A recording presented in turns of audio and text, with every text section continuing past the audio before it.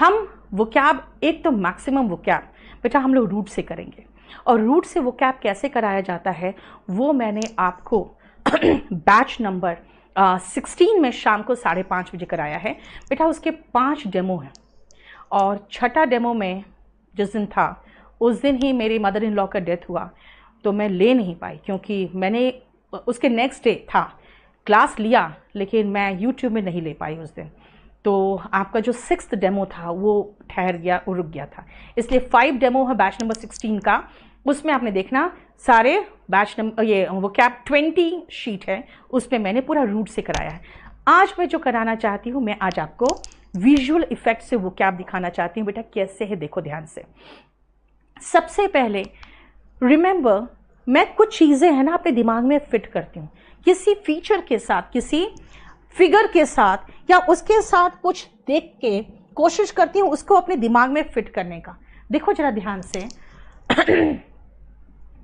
अगर आप इस लड़की को देखोगे, फील करोगे, you can feel ecstasy, euphoria and bliss in her body language. You will feel ecstasy, ठीक है ना? क्लियर?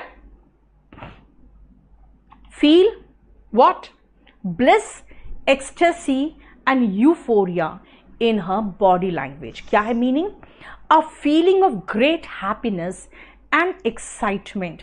Remember, मैंने बगल में n लिखा है, n का मतलब हो गया नाउन, यानी ये नाउन के जगह पे होगा, जहां पे नाउन होगा उसके जगह पे होगा।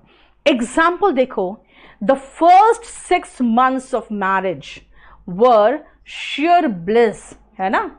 क्लियर? क्या मतलब?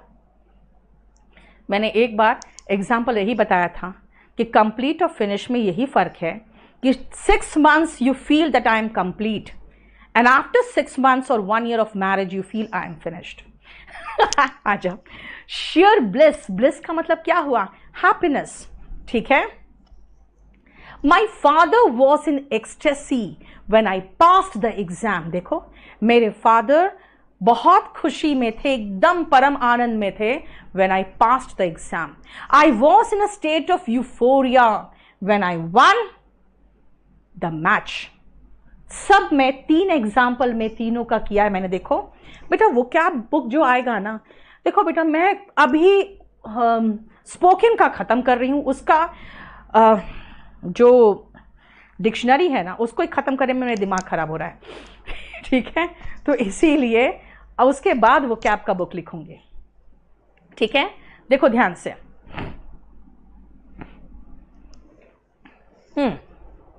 सो bliss, yes, 9-day wonder, yes Anushka, ठीक है? You are in 7th heaven after marriage in a state of sheer bliss, euphoria and ecstasy, right? Next आओ जरा sumptuous, देखो तो खाना देख रहे हो, अच्छा से भरा हुआ प्लेट है, मिठाई वगैरह सब कुछ है, और उसकी आंखें देख के लग रही है कि उसे वो खाना बहुत अच्छा लग रहा है ना? sumptuous dinner, है ना? अगर आप sumptuous कोई वर्ड यूज करते हो तो रिमेंबर उसको हम ऐसे यूज करते हैं, काफी अच्छा, जिसको रिच बहुत अच्छे से, मतलब ऐसा खा के मजा आ जाए और इतने क्वांटिटी में भी हो कि पेट भी भर जाए। अगर मैं डिनर के साथ लगा रही हूं sumptuous वर्ड, तो इसका मतलब है satisfying, महंगा, very impressive, rich and expensive also. मैंने कहा ना उसमें काफी ड्राई फ्रूट्स भी दिख रहा है, उसमें ऐसी चीजें दिख रही है जो देख के ये लड़के को बहुत अच्छा लग रहा है। ठीक है, सी sumptuous डिनर, बेटा sumptuous के बाद मैंने डिनर वर्ड लगाया है, यानी डिनर की विशेषता बताने वाला शब्द है ना? तो वो एडजेक्टिव होगा। नेक्स्ट, बेलिजरेंट, जरा देखो दोनों को, पिटाई, मारपीट, एक दूसरे को हमला कर रहा है ना? फॉर एग्जाम्पल अभी क्या देख रहे हो? अभी आप देख रहे हो इजराइल एंड फिलिस्तीन के बीच में। What are they doing? They are just belligerent. Those are bellicose countries. I don't like quarrelsome relatives, quarrelsome लड़ाकू, बेलिजरेंट या जिसको लड़ना अच्छा लगता है, बेलिकस बस मार काट, यही सब पसंद है। There are many countries in this world that are bellicose, belligerent, quarrelsome. They are not peace loving. इसलिए याद रखना, पीस लविंग का मतलब जो शांति पसंद करते हैं, उसका उल्टा हुआ ना, देखो, engaged in a war or fight. Meaning देखो जरा ध्यान से, he is in a belligerent mood, वो लड़ने के मूड में है ना. His bellicose behavior turn his friends into foes. उसका जो bellicose behavior, देख रहे हो, मूड के पहले लगाया, बिहेवियर के पहले लगाया. याद रखना, नाउन की विशेषता बताने वाले शब्द को एडजेक्टिव कहते हैं. नाउन की विशेषता बताने वाले शब्द को एडजेक्टिव कहते हैं. Belligerent, bellicose and quarrelsome. देखो, क्वारलसम किसकी विशेषता बता रहा है?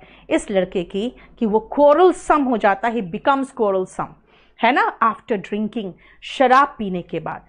Friends into force. बेटा फोर्स का मतलब होता है एनिमी. फ्रेंड का मतलब समझते हो ना, फ्रेंड का उल्टा फोर्स होता है. याद रखना, दोनों ही एफ से है. Friend, force, friends, force. देख रहे हो, एडजेक्टिव है. Belligerent, bellicose and quarrelsome. बताओ, ठीक है. नेक्स्ट आओ, देखो क्या है ये, क्या हुआ.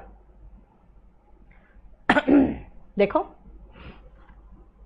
स्लिद, स्किड एंड स्लाइड. देखो, स्लिदर, स्किड एंड स्लाइड. आप जानते हो ना, स्लाइड में आप जब चढ़ते हो तो ऐसे ही फिसलते हो, है ना. ये तो बेचारी सड़क पे ही फिसल गई.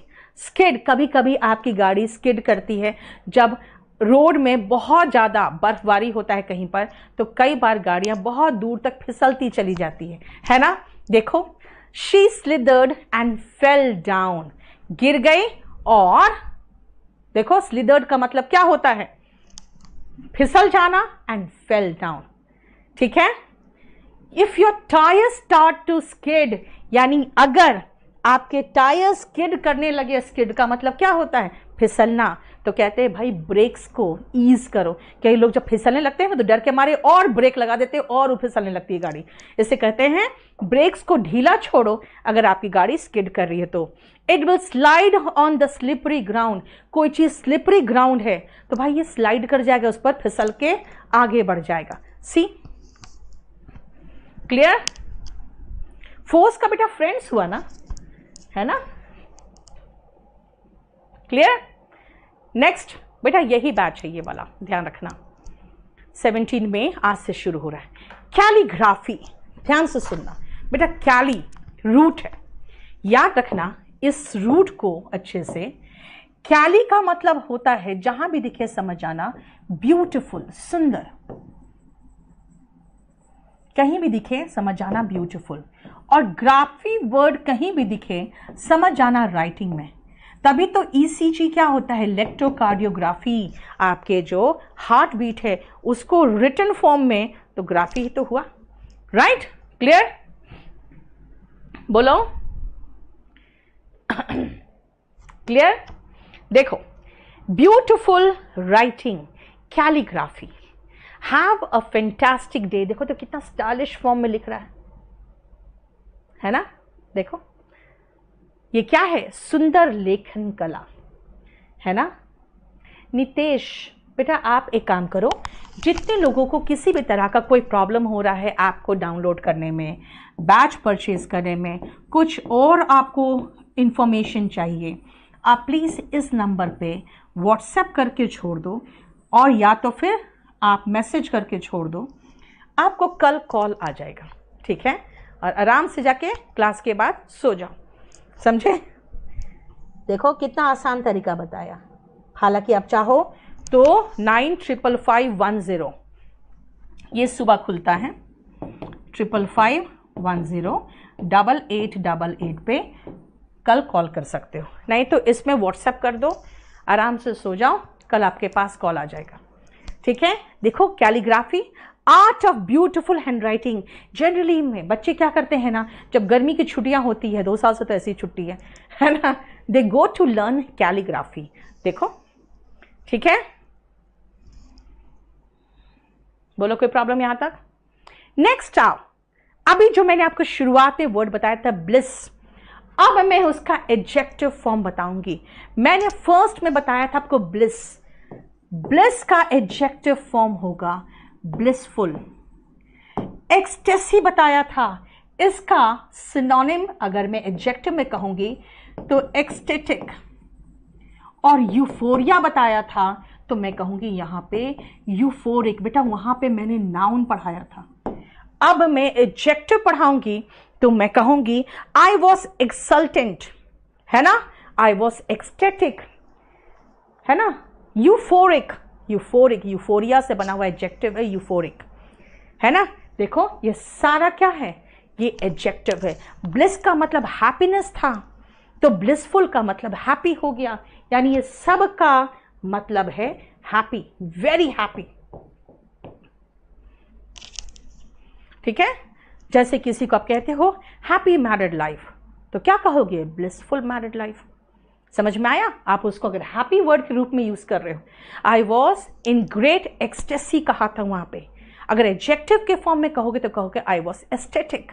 देखो clear? When you are very happy you are ecstatic, euphoric. ठीक है, और एक बात बताओ बेटा, this batch is for SSC, bank PO, TGT, PGT and air force, NDA and all. एक बात बताओ, do you feel that you are going to use these words in spoken English? You will never. क्या कहोगे? I was very happy. भाई अच्छे से right accent and pronunciation के साथ अगर आप कहोगे आई वॉज वेरी हैप्पी, है ना, आई वॉज जॉयफुल, सफिशियंट है यार। इसीलिए ये सारे वर्ड्स आप यूज नहीं करते हो अगर आप डेली लैंग्वेज की बात करते हो तो, राइट। नेक्स्ट आओ, ये देखो मेरा 19 मई को स्पोकन का बैच आ रहा है, दोपहर में इसका भी डेमो शुरू हो जाएगा। तो याद रखना वेंसडे को 3:30 बजे स्पोकन का रहेगा और रात को 10 बजे आपका इस बैच का रहेगा। ठीक है, क्लियर? देखो नेक्स्ट,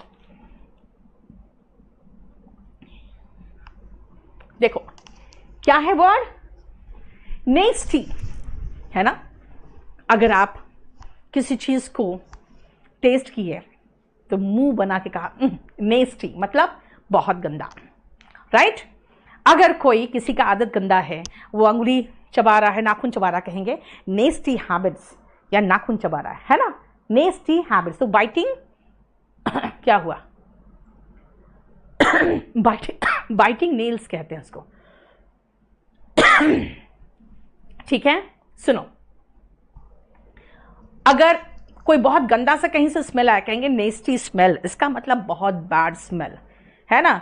सो रिमेंबर, कोई भी बहुत बैड की बात करते हो, चाहे वो अश्लील हो, टेस्ट में गंदा हो, स्मेल में गंदा हो, किसी का हैबिट में आपको पसंद नहीं आ रहा है, आप कहते हैं जैसे ना छी, यक, है ना, वही चीज, उसके लिए आप जो वर्ड यूज करते हो उसको कहते हैं नेस्टी। देखो ये भी एडजेक्टिव है, तभी तो मैंने कहा नेस्टी हैबिट, या फिर मैंने कहा नेस्टी टेस्ट। देखो the coffee had nasty taste. समझ में आया? अब जरा देखो, इस ये जो बोल रहा है बेटा वो हम लिख नहीं सकते हैं, तो आप देखोगे जनरली ऐसा साइन बना देता है ना। जब मुझे भी गाली देना होता है किसी को ना, तो गाली तो लिख नहीं सकते और ना बोल सकते, तो मैं क्या करती हूँ, मैं भी ऐसा कुछ कुछ साइन बना के भेज देती हूँ। अगला समझ जाता है कि हाँ मैडम ने बहुत ज़बरदस्त गंदी गालियाँ दी हैं। ठीक है, सो what is this, you will say oh ma'am has turned abusive.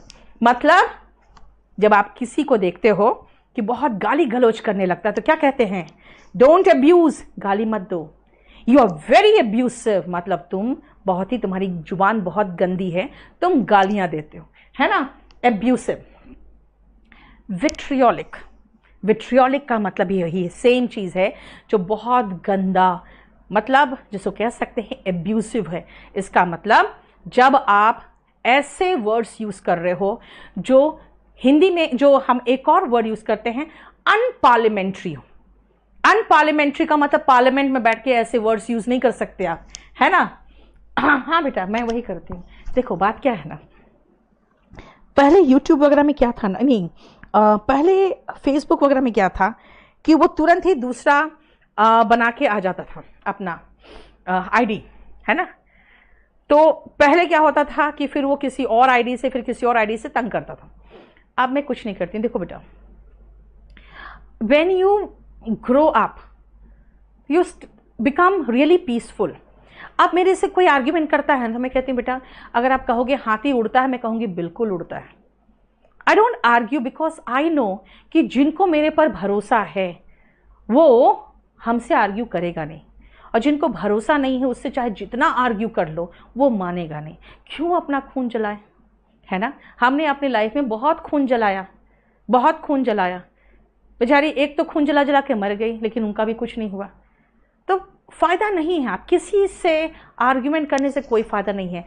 Live your life peacefully. बहुत मुश्किल है पीस मिलना, ठीक है। आपके लाइफ में बहुत समस्याएं आएंगी, इतनी समस्याएं आएंगी ना कि अपने आप को हैरास करना सबसे बड़ा पाप है इस दुनिया में, मैं तो ही मानती हूँ। So live peacefully, but when you turn very angry you become vitriolic, है ना।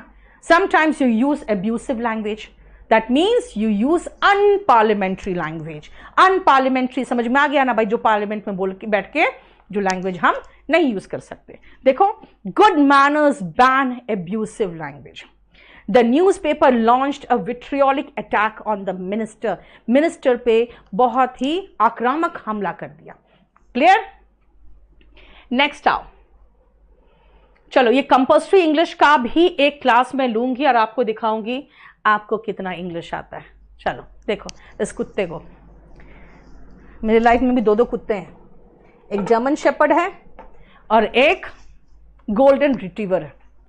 और मुझे सांस की बीमारी है और मुझे कुत्तों से बिल्कुल जब पास में आता है तो मेरा सांस का प्रॉब्लम बढ़ जाता है।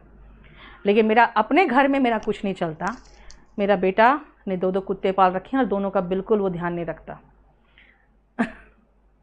वो अपना ध्यान रख ले, बहुत बड़ी बात है। बैच वैलिडिटी बेटा 1 साल ही है। चलो देखो, इस तरह से जिसको उठा के वो खींच के ले जा रहा है और ये बंदा हिलने को तैयार नहीं है, ये क्या है? ये ऑब्स्टिनेट है। See this obstinate dog, he is so stubborn, है ना। The man is really pissed off and he cannot tolerate his adamant, the dog's adamant nature. Adamant, stubborn, बेटा stubborn लिखते हैं, stubborn होता है। Headstrong, what is head या दिमाग? Strong मतलब ढीठ, जैसा दिमाग में फिट हो गया कि भाई मैं हिलूंगा नहीं, वो stubborn होते हैं। Adamant, headstrong and obdurate, देखो बेटा सारे के सारे adjective हैं। ये सारे words आप देखो, सब का सब adjective है। And Ziddi, the baby is obstinate. The dog, here you can see the dog, here is obstinate. Means बहुत ढीठ। कई बच्चों को देखते हो ना किसी दुकान में, उसकी माँ खींच के ले जा रही है लेकिन उसको एक खिलौना दिखा के वो लेट जाता है, फैल जाता है वहाँ पे, है ना, उसको लेने के लिए। नहीं मन करता पकड़ के 2 थप्पड़ और वहीं पर लगा दो, नहीं, किसी दूसरे के बच्चे को मन करता है कई बार मुझे लगाने का जब ढीठ पना देखती हूँ तो। चलो, stubborn, adamant, headstrong and obdurate, इसका मतलब होता obstinate यानी कि जिद्दी, ढीठ, ठीक है। सी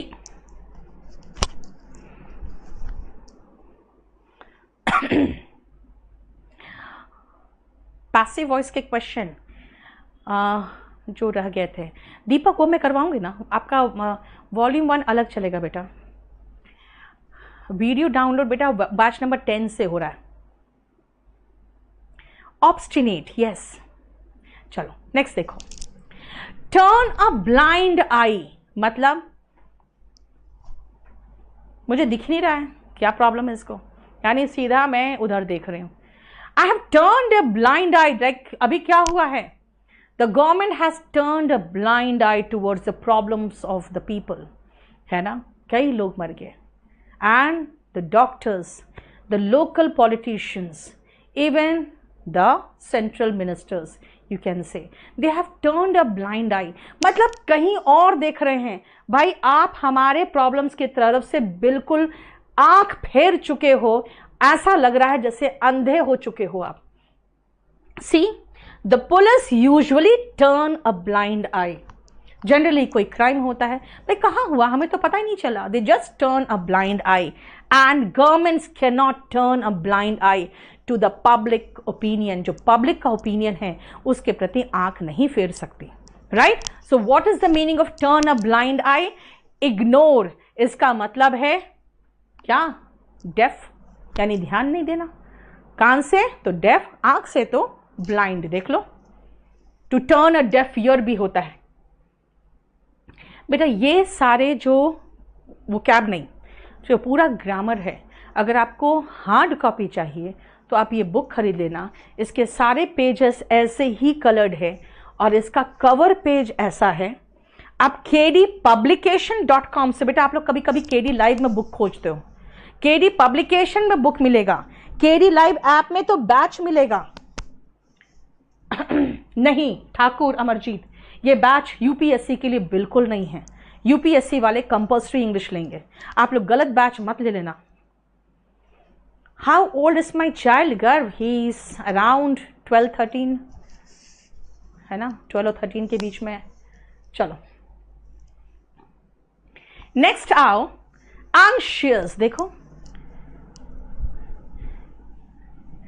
ज्यादा पूछोगे ना बेटा वाइफ को तो ऐसे ही एंग्शियस और स्ट्रेस्ड दिखेगी, पता है। देखो देखो क्या है, nervous especially about what may happen. Parents are naturally anxious for the children. अपने बच्चों के प्रति वो naturally anxious होते हैं। Yes, बेटा SSC का बैच के लिए बिल्कुल सफिशिएंट, मैं आपको बता देती हूँ, रुको अभी 1 मिनट। You seem stressed, यानी आप स्ट्रेस्ड दिख रहे हो। हम लोगों ने 17 पेज तक इसमें देखा है, ठीक है। अब देखो ध्यान से, नेक्स्ट पेज सुनो। मैं आपको इतना कुछ सोच के बना के क्यों ला रही हूं?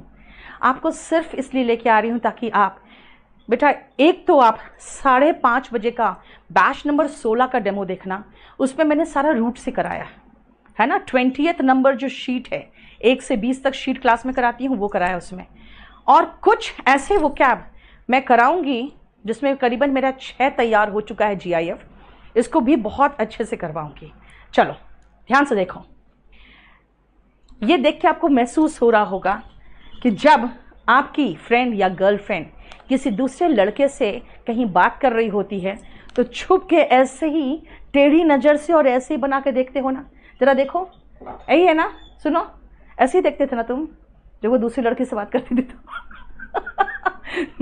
मैं अपने स्टाफ का है ना कुछ कुछ चीज़ें जानती हूँ तो उसको चिढ़ाती हूँ। चलो लाइक शेयर एंड सब्सक्राइब करो। सबसे पहले लाइक शेयर एंड सब्सक्राइब करो, फिर मैं आगे बढ़ूंगी। आ जाओ सुनो। When you feel jealous का मतलब याद रखना, इंग्लिश में कुछ कलर है जो हिंदी से मैच नहीं करता। जैसे कहते हैं गुस्से से लाल होना, हिंदी में है, इंग्लिश में भी है, रेड विथ एंगर, ठीक है, रेड विथ एंगर। उसके बाद डर से पीला पड़ना, तो वो भी है पेल विथ फियर। बेटा मैं कहती हूँ आज जिस चीज़ के लिए रो रहे हो ना, कल आप उसको सोच के ना मुस्कुरा दोगे, क्योंकि वो आपकी लाइफ का ना बहुत इंटरेस्टिंग और ऐसा पार्ट होगा जो बाद में आपको गुदगुदाएगा। इसीलिए सब कुछ दिल पे मत लो यार, बेचारा दिल इतना कमज़ोर होता है कि हार्ट अटैक आ जाता है, ठीक है ना, उसको भी जीने का मौका दो। इसीलिए take life as it comes, बहुत टेंशन नहीं लेने का।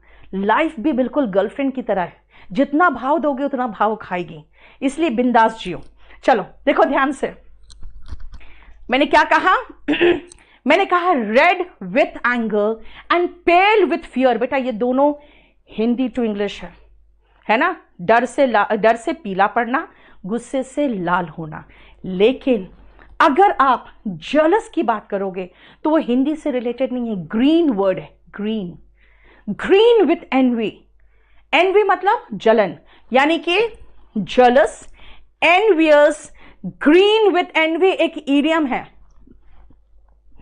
और if I say what happened, you turned green, यानी अगर जैसे मैंने तुम्हें अपना रिजल्ट बताया, as soon as you heard my result you turned green, तुम तो बिल्कुल जल भून गए। तो मेरा क्या था, देखो मैंने क्या कहा, यू टर्न्ड ग्रीन। बेटा ग्रीन दो चीजें दर्शाता है, पहला कच्चापन, है ना। आप कहोगे मैम आ जाओ आप रियल एस्टेट में बहुत बढ़िया बिजनेस से बहुत कमा लोगे। मैं कहूंगी भाई I am green in that field, मुझे नहीं आता कुछ, यानी कि मैं उस फील्ड में कच्ची हूं। हरा होने का मतलब क्या होता है, कच्चा आम कैसा रहता है, हरा, है ना। लेकिन दूसरा ग्रीन का एक और मतलब है, वो है क्या, उसका मतलब होता है जलना। तो मैंने क्या कहा, जैसे तुमने मेरा रिजल्ट सुना, as soon as you heard my result you turned green, green का मतलब हो गया अगेन ग्रीन आइड बोलो, या कई बार ग्रीन ही बोले गए, ग्रीन विथ एनवी बोलो, और मॉन्स्टर का मतलब राक्षस होता है, ग्रीन आइड मॉन्स्टर बोलो। ये सब का सब जलन दिखाता है। देखो ध्यान से, एग्जाम्पल पहला एसएससी का आया हुआ है, पहला एग्जाम्पल एसएससी का आया हुआ है, green eyed monster strikes a woman the moment she sees a husband talking to another woman. और इसमें ग्रीन आइड मॉन्स्टर का मीनिंग पूछा था। यार साफ साफ पता चल रहा है कि महिला जब अपने हस्बैंड को किसी और आदमी से बात कर, किसी और महिला से बात करते हुए देखती है ना, तो क्या होता है, एकदम जल भून के राख हो जाती है। ठीक है, देखो जनरली जितनी यहां महिलाएं बैठी होगी सब समझ गई होगी, लेकिन जनरली लड़कों का भी यही हाल होता है। तो भी मैंने कहा ना कि आप ऐसे ही देखते हो ना, जब कोई आपकी फ्रेंड गर्लफ्रेंड किसी दूसरे लड़के से बात करती है तो he turned green with envy when he saw my result। यही तो मैंने आपको बताया। देखो तो नीतू गुप्ता तुम यहां पे क्या कर रही हो, हाँ तुम और अंकित यहां पे, बेटा सुधर जाओ। ये देखो इसके कान देखो, ये कान पता है किन के होते हैं, गांव में महिलाएं ऐसे बड़े बड़े कान लेके घूमती है, कहीं कुछ हो। बेटा जितने भी मोहल्ले की आंटियां होती हैं ना, उनका आंख सीसीटीवी होता है और कान बिल्कुल ऐसे ही होता है, यू कैन इमेजिन देम, है ना, आंखें सीसीटीवी, खासकर महिलाएं इंडिया की यार, है ना, और कान ऐसे ही। मतलब अगर मैं अपनी मोबाइल में कुछ कर रही हूं और आप मुझे बोले जा रहे हो, फिर कहोगे मैम आप सुनते ही नहीं हो, मैं कहूंगी go on I am all years. मैंने क्या कहा, मैं अपना मोबाइल स्क्रॉल कर रही हूं, मैं कह रही हूं go on I am all years, मतलब ऑल ईयर्स, भाई मैं पूरे ध्यान से सुन रही हूं, जो तुम बोल रहे हो मैं सुन रही हूं। मैंने कहा गो ऑन, गो ऑन मतलब बोलते रहो, जारी रखो। आई एम ऑल ईयर्स मतलब मैं कान से तुम्हें सुन रही हूं। Attentive, cautious, careful, gingerly, vigilant, बेटा ध्यान से सुनना। बाकी जो है इतना, ये तो चौकस से रिलेटेड है। जब तुम चौकस होते हो तो आंख और कान दोनों से होते हैं, लेकिन ऑल ईयर्स का मतलब होता है जब आप उसको ध्यान से सुन रहे हो। ठीक है ना, अलर्ट, वेरी कॉशियस और केयरफुल। अब सुनो, एक क्वेश्चन आया था, लेंड मी ईयर, है ना, याद रखना वहां पे एन ईयर द ईयर कुछ नहीं होता है, इसका मतलब है ध्यान से सुनो, be attentive, be attentive. Land and year, land me year का मतलब क्या हुआ कि जो मैं बोल रही हूं उसको सुनो कान से। देखो I am all years when you speak, जब तुम बोलते हो ना मैं बहुत अटेंटिव रहती हूं। The officers were vigilant through out the night, पूरी रात वो चौकस थे। ऑल ईयर्स कान से होते हैं ऐसे, चौकस का मतलब होता है अटेंटिव होना। ठीक है, नेक्स्ट आओ, किसी को शांत करते हो, सूद करते हो, शांत करना। देखो कीप काम, उसको क्या कह रहा है, शांत रहो। देखो उसको शांत कर रहा है। पैसिफाई, पैसिफाई से एक और वर्ड याद रखना, एक और याद रखना, पैसिफाई। अभी यूएन या अमेरिका क्या कर रहा है, पैसिफाई कर रहा है किसको, हाँ इजराइल को, और इजराइल कह रहा है मैं छोड़ूंगा ही नहीं। पैसिफिस्ट कौन होते हैं, बेटा शांति दूत होते हैं। इसका कहाँ मिलेगा बेटा, इसका भी आपको स्टडी मटेरियल में ही मिलेगा, और इसको चलाने का तरीका अलग होता है। ठीक है, इसमें नीचे एक प्ले का आता है, जब उसको करोगे तब ये ऐसे चलेगा, अदरवाइज पीडीएफ के रूप में मिल जाएगा आपको। ठीक है, इसका पीपीटी अगर आप नीचे प्ले चलाओगे तब ऐसे चलेगा। सुनो ध्यान से, ये देखो यहाँ पे ये कीड़ा देखो, मक्खी को ये भी पढ़ा रहा है। चलो सुनो ध्यान से, अगर आप कहो कि पैसिफिस्ट तो शांति दूत होता है, देखो पैसिफाई से वर्ड बना है पैसिफिस्ट।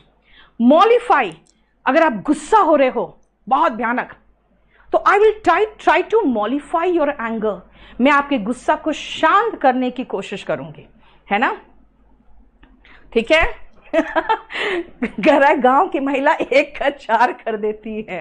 बेटा देखो बात क्या है ना, सबसे पहले तुम लोग को एक टिप देती हूं घर में शांति के लिए, ठीक है ना। सुनो ध्यान से, अपनी वाइफ को है ना काम पे लगा दो। कौन सा काम? कहीं भी जॉब पे लगा दो, ठीक है ना। उसको कहो तुम पढ़ी लिखी हो, तुम इतनी स्मार्ट हो, है ना, क्यों घर में रहोगी। उसके कमाई की जरूरत हो चाहे नहीं हो, उसको नौकरी पे लगा दो, घर में शांति रहेगी। वरना देखो खाली दिमाग क्या होगा, तो खाली दिमाग में she will be all years and she will be the CCTV camera off the neighbourhood. फिर जब आओगे ना शाम को कहेगी सुनिए जी आज पता है ऐसा हुआ था, आज पता है वैसा हुआ था, and you will be tired. आप बिल्कुल थके होगे, आपको मन नहीं करेगा ये सब चीजें सुनने का, लेकिन वो सुनाएगी और नहीं सुनोगे तो बात भी सुनाएगी 4 ऊपर से। उससे अच्छा क्या है, वो भी काम करके आएगी, थकी रहेगी। अब पता है क्या है, यहाँ से जब मैं क्लास लेके जाती हूँ तो मुझे मन करता है मुझसे कोई बात ना करे, इतनी ज़्यादा मैं थकी रहती हूँ, मुझे मन करता है सब चुप रहे। और उसके बाद कई बार ऐसी बात को लेकर मेरा बेटा मेरे पर एकदम सवार हो जाता है कि तुम तो बात ही नहीं करती हो। क्या बात करूँ यार, यहाँ से बात कर करके कुत्ते वाली हालत हो जाती है। और उसके बाद 6 घंटे 7 घंटे जब क्लास लेके ऑफिस से आती हूँ ना इंस्टीट्यूट से, तो अपने दोनों कुत्तों को देखती हूँ, एक जर्मन शेपर्ड है, एक गोल्डन रिट्रीवर है, ठीक है। क्या खा पी के दोनों आराम से नीचे एसी में पसरा रहता है। तो मुझे देख के लगता है यार अगले जन्म में मुझे कोई सी अमीर के घर का कुत्ता बना देना, नीतू सिंह नहीं बनाना। तो इसलिए कह रहे हैं घर में शांति चाहिए, बीबी को काम पे लगा दो, वो शांत रहेगी, नहीं तो फिर ऐसी रहेगी जैसे तुम बोल रहे हो, 1 का 4 करने वाली। एस्वेज, एलिविएट, काम डाउन, ये सारे के सारे हैं शांत करना। एलिविएट क्या होता है? मिटिगेट, ठीक है। एलिविएट, मिटिगेट, शांत करना, कोई चीज कम करना। जैसे अगर आपको मैं कोई दवा दूं और थोड़ी देर में पूछूं बेटा कैसा लग रहा है, आप कहोगे it has mitigated my pain, यानी दर्द कम कर दिया। मिटिगेट कम करना, एलिविएट, एस्वेज, मॉलिफाई, समझ में आया? देखो कोई प्रॉब्लम है तो बताओ, नहीं क्लियर?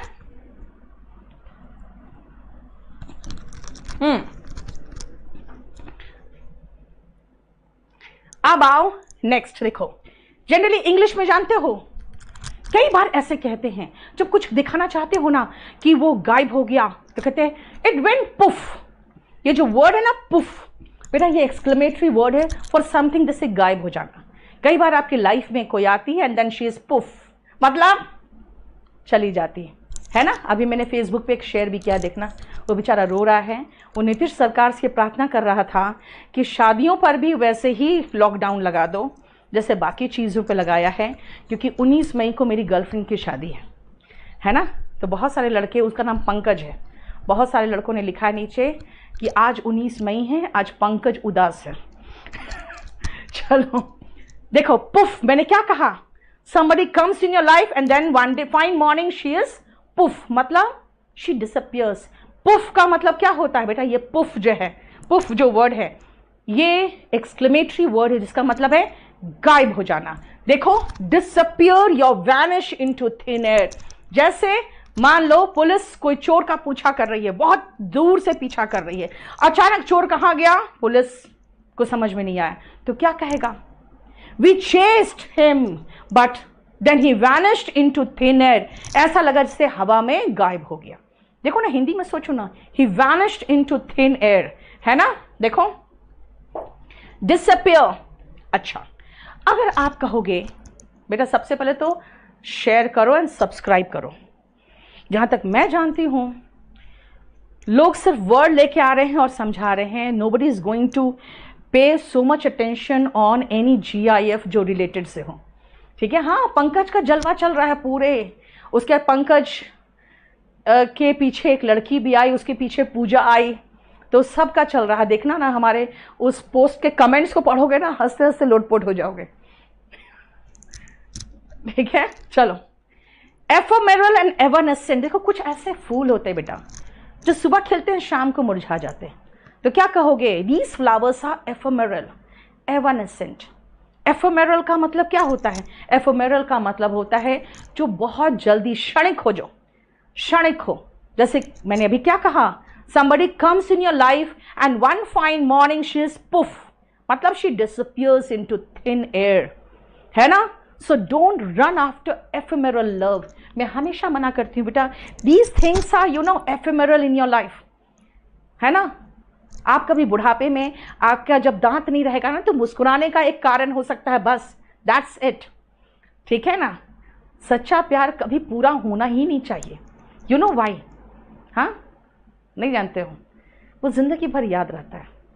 ठीक है, अगर पूरा हो जाएगा तो सोचोगे अरे यार यही था जिसके लिए मैंने इतना दिमाग खराब किया, है ना? जिसके लिए मैंने इतने पंगे लिए अपने घर वालों से। समझ में आया? चलो बेटा, एक्सपीरियंस से बोल रही हूँ, समझा करो। आ जाओ। Ephemeral and evanescent. So certain love, certain relations in this world are ephemeral, evanescent and transient. Transient का मतलब अगेन याद रखना, ट्रांस वर्ड बेटा, जब भी ट्रांस होता है ना, दो के बीच में होता है। कई बार लोग कहते हैं मैं ट्रांस की अवस्था में था, इसका मतलब है जब वो पूजा में बैठते हैं तो वो इस दुनिया से भी अलग और उस दुनिया में तो होते ही नहीं है, मर थोड़ी गए हैं, तो दोनों के बीच का जो स्टेज होता है वो ट्रांस कहता है। तो वो ट्रांसिएंट का मतलब ही होता है क्षणिक, जो कुछ क्षण के लिए होता है। ठीक है, समझ में आया? We chased the thief but he vanished into thin air, हमने चोर का पीछा किया लेकिन वो थिन एयर में गायब हो गया। डोंट कॉम्प्रोमाइज फॉर एफेमेरल प्लेजर, क्षणिक सुख के लिए कभी भी लाइफ में आप कॉम्प्रोमाइज मत करिए। बोलो क्लियर? क्यों राजकुमार इंग्लिश के लिए वरीड क्यों हो? देखो तुम लोग है ना, सबसे पहले बहुत ज्यादा टेंशन मत लो और बहुत हड़बड़ी में भी मत रहो। टेंशन मत लो और बहुत हड़बड़ी में मत लो। देखो इस कैच को देखकर आपको क्या लग रहा है? आपको कैच देखकर खासकर ये लग रहा है कि जो बैट्समैन था ना, the batsman had a narrow escape. देखो दोनों के बीच में बॉल छूट गया दोनों के हाथ से। The batsman had a narrow escape. देखो the batsman had a close call, close call, close shave by a narrow margin, by a whisker. Whisker होता है बेटा मूंछ का जो बाल होता है ना जानवरों का, जैसे बिल्ली हो, शेर हो, है ना, तो उसको विस्कर कहते हैं। उतना सा हेयर ब्रेथ, यानी जितना चौड़ा हेयर होता है बस उतना से, यानी कि नैरो मार्जिन से, बहुत थोड़े से अंतर से। देखो the batsman had a close call, जब इस तरह से कैच छूटेगा तो भाई इसकी तो प्राण बच गई, है ना। He had a narrow escape when the tree fail near him, उसके नजदीक जब ट्री गिरा तो लगा उसको क्या कि नैरो एस्केप हुआ है ना। The car crashed near me, गाड़ी आके मेरे बगल में ही टक्कर मारी है, and I had a narrow escape, और मेरे प्राण बच गए। ठीक है, बहुत थोड़े से मार्जिन से बचना इज नैरो एस्केप। देखो क्लियर? बोलो यहां तक कोई प्रॉब्लम? नेक्स्ट आओ। देखो आपको खुद देखोगे स्ट्रेट अवे मारा है और बॉल कहां गया पता ही नहीं, क्योंकि कोई दौड़ ही नहीं रहा देखो बॉल लेने के लिए, है ना। Splendid shot, superb, outstanding performance, magnificent. क्या है ये? जो शॉट की बात कर रही, जैसे ऐसा शॉट मारेगा जो कमेंटेटर है क्या चिल्लाएगा? Outstanding performance, superb shot, magnificent, है ना। देखो the Taj Mahal is a splendid monument, भव्य है, इमारत भव्य है वो। आई कॉन्ग्रेचुलेटेड है, मैंने उसको कॉन्ग्रेचुलेट किया फॉर हिज आउटस्टैंडिंग परफॉर्मेंस। जैसे ये जीत के आएगा अगर टीम इंडिया, तो we congratulate them for their outstanding performance. ठीक है बेटा, ये स्पोकन की किताब है। अगर आप स्पोकन इंग्लिश में इंटरेस्टेड हो तो परसों 3:30 बजे आप ज़रूर पढ़ो आके। आप देखोगे स्पोकन इंग्लिश बिल्कुल अलग चीज़ है, ये बिल्कुल अलग चीज़ है। ठीक है, नेक्स्ट आओ, देखो ध्यान से, देखो किस तरह से स्ट्रेट क्लीन बोल्ड है ना। कोई गलती दिख रही है आपके इस बॉलर के परफॉर्मेंस में? जरा सा भी गलती लग रहा है आपको? लग रहा है इसने कुछ भी गलती की है ना? इससे ज्यादा अच्छा परफॉर्मेंस क्या होगा यार। इसीलिए जब आप बहुत बढ़िया लिख के दिखाते हो, कहीं मैं एक पेन नहीं रख पाती हूं, तो मैं लिखूंगी इमैक्युलेट वर्क। इम्पेकेबल मतलब फ्लॉलेस स्किन आप चाहते हो, रोज क्रीम मलते हो चेहरे पे, क्यों चाहते हो? एक दाग ना हो, है ना। फ्लॉलेस स्किन चाहते हो जिसमें फॉल्ट नहीं हो, गलती नहीं हो, वो फॉल्टलेस है। रूम एकदम चकाचक है, स्पिक एंड स्पैन है, जरा सा एक धूल का कण कहीं नहीं है। तो मैं क्या कहूंगी? The room is spick and span, है ना। स्नो वाइट कहानी मैं स्पोकन में देती हूं, स्नो वाइट का। स्नो वाइट की ब्यूटी कैसी थी? फ्लॉलेस। कैसा काम किया उसने यार? बहुत ऐसा काम किया है जिसमें कोई गलती ही नहीं दिख रही है मुझे। एकदम इम्पेकेबल एंड इमैक्युलेट टास्क है उसका। देखो example, she has an impeccable character. आप कहीं उंगली ही नहीं उठा सकते हो, ठीक है। Your performance was immaculate. Immaculate adjective है, सारा देखो एडजेक्टिव है। टायर्ड टू डेथ मतलब बहुत थक गया बेटा, ठीक है। इतना कि जैसे लग रहा है अब एकदम मर जाऊंगे। देखो सारे सुअर देख रहे हो, है ना। क्या कहते हैं?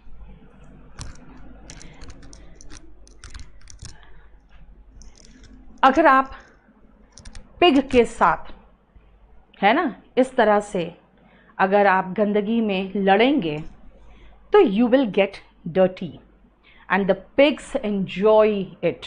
इसलिए कभी भी किसी के साथ आर्ग्यूमेंट मत करो। क्यों?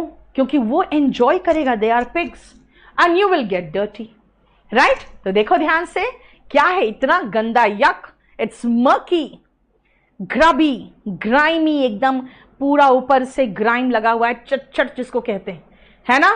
देखो, don't wear this soiled shirt. Soiled होता है गंदा, जिसमें सॉइल लगा हो। सॉइल्ड, सॉइल क्या है? मिट्टी, है ना। सन बात नहीं है बेटा, ये डर्ट बात है। This is filthy, yes, solid man, very good, ठीक है। देख रहे हो, ग्राइमी, ग्रबी, मर्की, ये सब है गंदा, घृणा से भरा हुआ, ठीक है। नेक्स्ट आओ, देखो जरा ध्यान से, इस सोल्जर को ध्यान से देखो बेटा, इस सोल्जर को ध्यान से देखो। यू विल फाइंड ये हाथ उठा के ऊपर बाहर आ रहा है। इसका मतलब वो कह रहा है भाई मुझे गोली मत मारो, है ना, मुझे गोली मत मारो, मैं बाहर आ रहा हूं बस।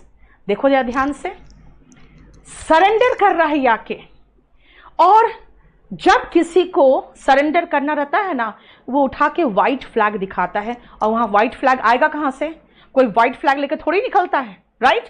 क्या कर रहा है वो? व्हाइट फ्लैग लेके बाहर नहीं निकल सकता, तो कुछ भी ऐसे से लहरा देगा कि भाई देखो हम सरेंडर कर रहे हैं। नहीं कुछ है तो हाथ ही ऐसे लहरा देगा, right. That means they have given up.